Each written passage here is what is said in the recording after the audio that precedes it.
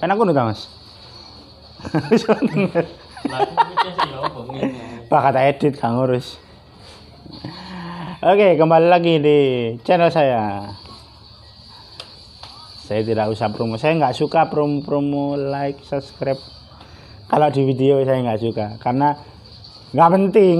Maksudnya yang nonton pasti sudah nonton, ngapain disuruh nonton? Ya promo saya gencarnya di WA, di Facebook.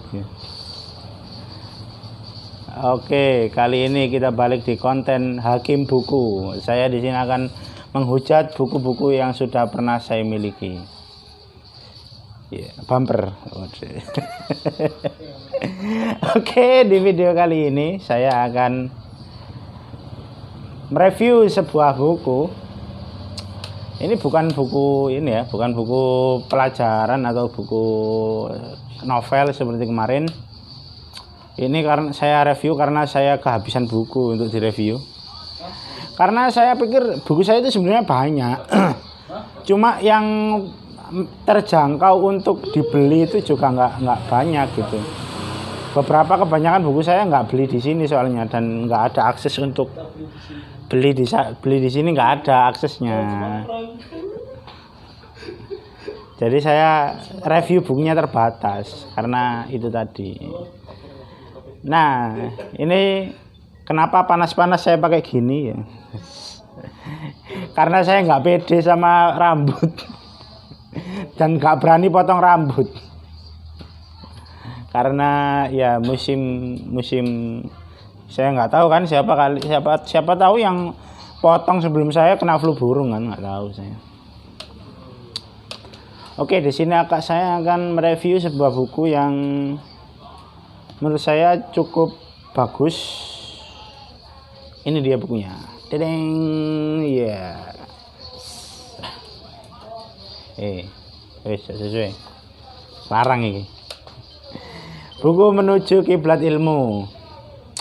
Buku ini adalah karya Dr. Cecep Taufikur Rahman, seorang atase pendidikan dan kebudayaan di KBRI Kairo, Mesir. Saya dapat buku ini ketika saya ke sana, sehingga buku ini gratis, saya tidak beli. Karena dibagi-bagikan secara gratis. Apa sih? Bapak kata editing kok. Ya maaf, setan-setan biasa memang menghalangi orang untuk berkarya biasanya, setan-setan itu ya. Ya, ini saya dapat langsung dari beliau ketika saya berkunjung ke KBRI 1 tahun yang lalu. Nah, bisa dilihat ini ada tanda tangan beliau. Waduh. Sini ditulis Muhammad Bahrul Ulum ja'alakallahu bahran lil ilmi wan naf'i. Waduh. Sahih. Ya, Pak Cecep ini salah seorang fasilitator saya selama di Mesir. Beliau baik sekali. Beliau sering mengunjungi kami selama kami students exchange di sana atau selama kami program di sana. Sering mengunjungi kami, mengontrol, bukan hanya mengontrol kegiatan belajar mengajar kami, tapi juga mengontrol ya kegiatan pribadi seperti pembayaran rumah, pembayaran listrik, dipantau semua sama beliau. Beliau sangat baik dan beliau juga sering mengajak kami ke nggak sering sih, tapi pernah mengajak kami ke beberapa guru besar yang ada di sana. Kemudian mengunjungi waktu itu Syekh Daud ya di Giza. Saya juga ada bukunya. Ya pokoknya beliau baiklah. Beliau alumni Al-Azhar S1 dan S2. Sekarang menjabat sebagai atase pendidikan dan kebudayaan KBRI Kairo. Nah, ini adalah salah satu bukunya, Menuju Kiblat Ilmu. Menuju Kiblat Ilmu ini adalah buku tentang panduan bagaimana kita bisa mendapatkan beasiswa atau mendapatkan tiket untuk belajar di Mesir, dan juga bagaimana cara hidup di Mesir bagaimana cara kuliah di Mesir. Kenapa ini dibahas di buku ini? Sangat penting. Pertama, bagaimana caranya mendapat beasiswa atau tiket untuk kuliah di Mesir. Karena seperti yang kita tahu, makin tahun itu pendaftar beasiswa ke Mesir itu semakin banyak ya, semakin padat, sehingga penting bagi kita tahu cara mendapatkan tiketnya. Saya nggak akan bahas di sini karena ya nanti Anda baca sendiri di bukunya. Di bukunya ini beberapa sebagian besar memang pengalaman pribadi beliau. Jadi ini semi autobiografi begitu. Bagaimana memilih studi di Al-Azhar, bagaimana mengenal Al-Azhar mulai dari sejarah di masa dinasti sampai sekarang. Karena sekarang Al-Azhar sudah mengalami banyak perkembangan ya, terutama di bidang keilmuannya. Sekarang sudah banyak fakultas-fakultas ilmu umum, fakultas kedokteran, rumah sakitnya juga sudah besar. Terus bagaimana mahasiswa di Al-Azhar itu, bagaimana cara mereka hidup di Mesir. Mungkin ada yang pernah tahu cerita-cerita mereka dari YouTuber Mesir. Di sini juga dibahas bagaimana cara mereka bertahan hidup, bagaimana cara mereka mendapatkan uang tambahan, bagaimana cara mereka mendapatkan kesempatan untuk menambah uang saku mereka. Karena mahasiswa Azhar itu sebagian besar sambil bekerja di sana. Kenapa? Karena memang kalau mengandalkan hidup dari uang saku orang tua di Indonesia itu mungkin berat ya. Kenapa? Karena sebenarnya kurs Indonesia dan Mesir itu cukup seimbang ekonominya. Tapi ya mungkin di sana masalah rumah, masalah listrik itu memang sangat sulit ditebak. Ya, orang Mesir itu memang sangat sulit ditebak. Kadang kita beli beras minggu ini 10.000, 2 hari lagi bisa 12.000. Apalagi yang beli orang asing. Susah sekali hidup dengan orang Mesir itu. Nah, di sini juga ada bagaimana di samping cara masuk, terus cara bertahan hidup di Mesir, bagaimana cara strategi belajar selama di Mesir. Ini penting. Kenapa? Karena beberapa teman-teman yang saya kenal itu memang bukan saya merendahkan, tapi memang beberapa sering meremehkan perkuliahan, sering tidak masuk, karena memang Azhar ini sistem tradisional yang dimodernisasi, sehingga tradisi kekunoannya itu masih menempel, sulit dihilangkan.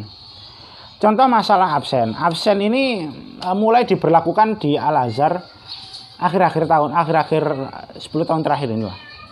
Itu sudah mulai diketati masalah absen. Tapi ya namanya sistem baru, pengajar-pengajarnya juga masih terpaku dengan sistem lama. Kalau Al-Azhar sistem lama itu ya koyok ngaji apa sih? Teko ya silahkan datang, silahkan enggak ya silahkan. Itu sistemnya seperti itu. Jadi bahkan sampai sekarang banyak sekali mahasiswa itu yang datang kadang pas UAS tok. Itu sangat sering sekali. Karena rata-rata jawabannya sudah ada di diktat, tinggal dihafalkan saja. Sehingga mahasiswa jarang sekali masuk kuliah. Saya juga sering itu main ke rumah teman saya di sana, terus, "Loh, kamu gak kuliah?" "Enggak, ngapain kuliah?" Waduh. Sulit sekali. Apalagi musim dingin. Waduh, musim dingin ada kuliah. Sudah dipastikan tidak masuk itu musim dingin. Karena tidur sangat enak di musim dingin. Oke. Terus ini juga ada tentang pengalaman pribadi beliau. Karena perlu diketahui Pak Ustadz Cacep ini beliau ketika kuliah S2 di sini, beliau ternyata nggak tahu bahwa kuliah di S2 di sana itu bayar sendiri. Kalau tidak salah ada kebijakan ketika beliau kuliah di tengah-tengah perkuliahan, beliau ini ada perubahan kebijakan dari Al-Azhar yang mengatakan bahwa mahasiswa S2 dari Indonesia harus tetap bayar kuliah. Seberapa ya? Kalau nggak salah $1.000 kalau nggak salah, $1.000 apa $100. Dan itu beliau pada saat itu tidak punya apa-apa, dan di sini ceritakan bagaimana cara beliau melewati fase-fase itu. Sini juga ada cerita soal belajar bahasa Fusha. Ini cerita yang cukup menarik ya. Karena Ustadz Cecep ini pernah cerita salah satu bagian buku ini kepada kami. Beliau itu pernah kuliah kalau nggak salah. Belajar perkuliahan di Al-Azhar itu for the information pakai bahasa Amiyah. Jadi pakai bahasa Arab pasar, bukan bahasa Arab formal. Nah, suatu ketika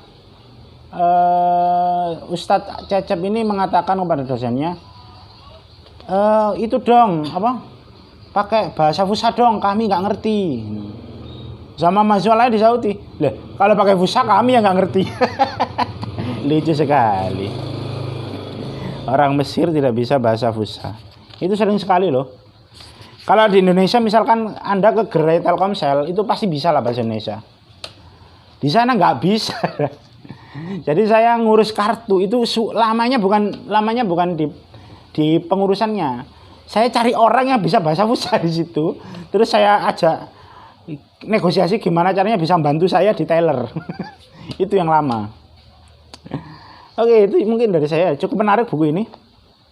Karena dan ini bisa didapatkan di toko-toko buku ini, di toko-toko buku konvensional, toko-toko buku umum lah. Di internet juga banyak, silakan dibeli. Harganya saya kurang tahu karena saya ini tidak beli. Tebalnya 246 halaman. 246 halaman. Oke, itu mungkin dari saya. Nggak perlu lama-lama karena ini saya mau buka puasa ya waktunya. Oke, terima kasih. Jangan lupa di-share videonya, di-share saja. Loh, saya tidak kampanye subscribe, share saja, share. Karena share membantu sekali. Ya, terima kasih. Iya, betul. Untuk di-subscribe. Terima kasih. Assalamualaikum warahmatullahi wabarakatuh.